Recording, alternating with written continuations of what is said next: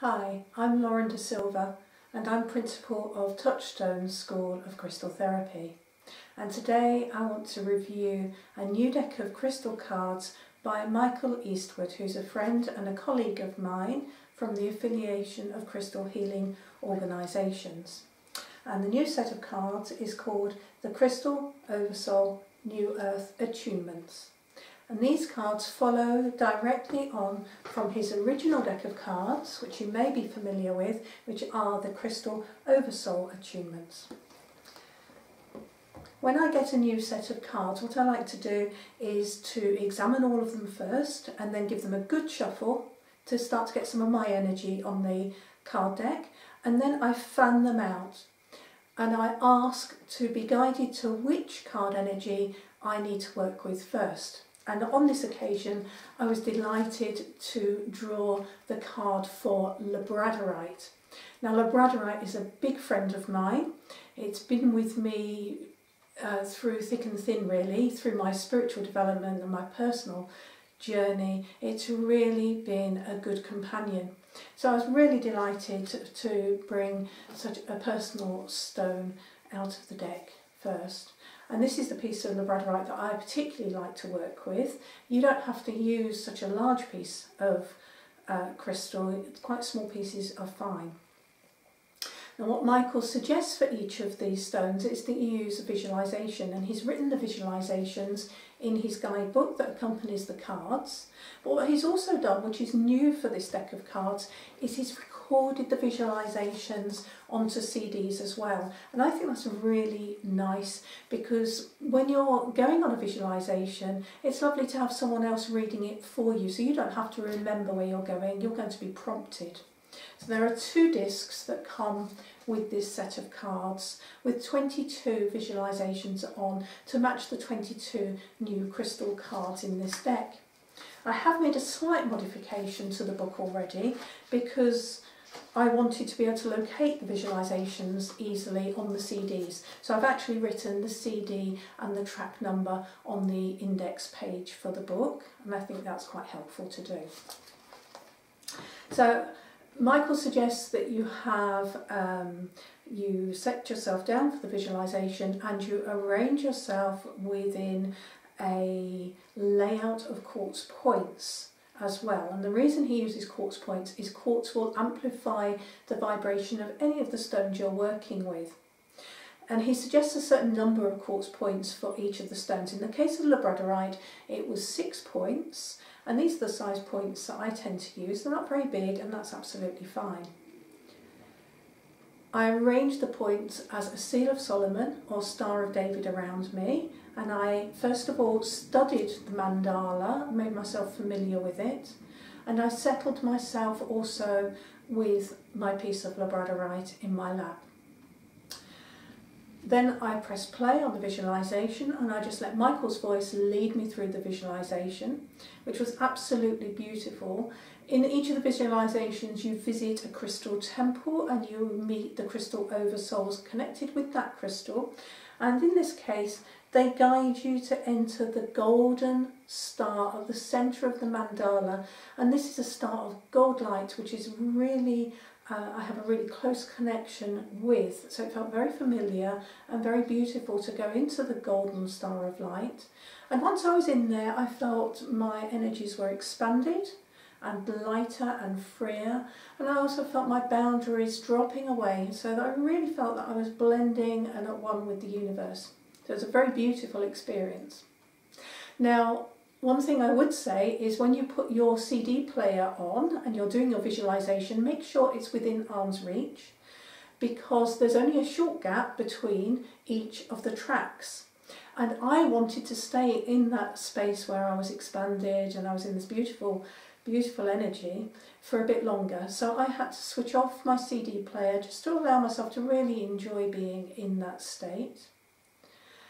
Otherwise you'd be going on to the next stone. Okay.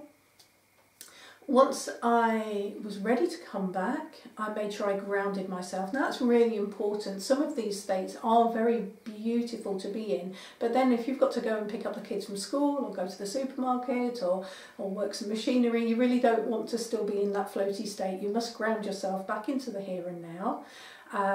If you're used to grounding, that should be really easy. If you're not used to it, you might want a grounding stone such as black tourmaline or hematite nearby that you can just pick up and hold for a few minutes to just bring you firmly back down to earth.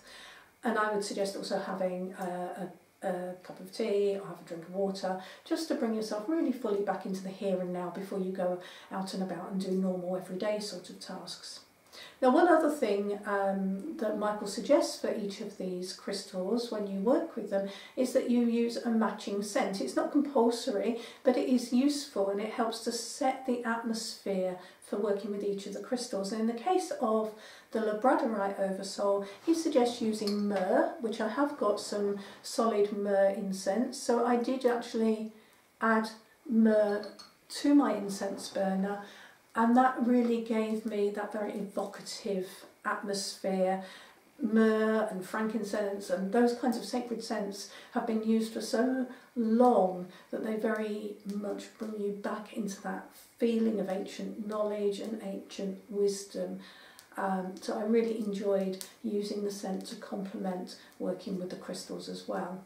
If you do have the original set of Crystal Oversoul Attunements, you can shuffle both sets together if you like. You can see that the new set has got a green back and the old set has got a white back, and they are both the same size, so they'll shuffle together perfectly, but when you go to pick them you'll know which book you need to go to for the visualization, because you'll be able to tell from the colour on the back of the card.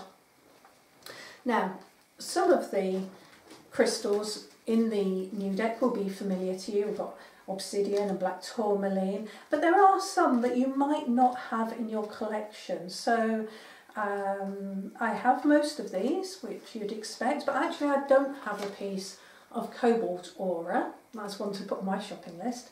Cobalt aura oversoul is very beautiful. It's got an emerald green colour with purple and almost a magenta in the centre.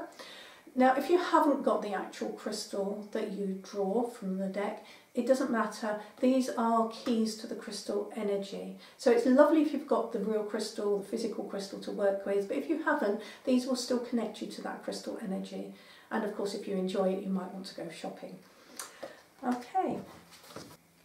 So in summary, what I'd like to say is I enjoyed this new deck of cards, and I'm going to look forward to trying out more of those crystal energies as the days and weeks go on. What I will do first is repeat the experience with the labradorite. I think it's useful to repeat a visualization a couple of times over, say, a week, so that you really integrate the experience. So I'm not going to rush through this deck of cards trying them all out. I am going to actually really absorb the experience and integrate it. One of the other ways you can work with these cards, which I do with my students and with the original deck I have done, is to lay the whole set of cards out face up and to lay them out as a stone circle, if you will. So my students are invited to walk inside the circle of cards and to wait for one of the cards as they walk slowly around the circle to show itself to them, to call to them.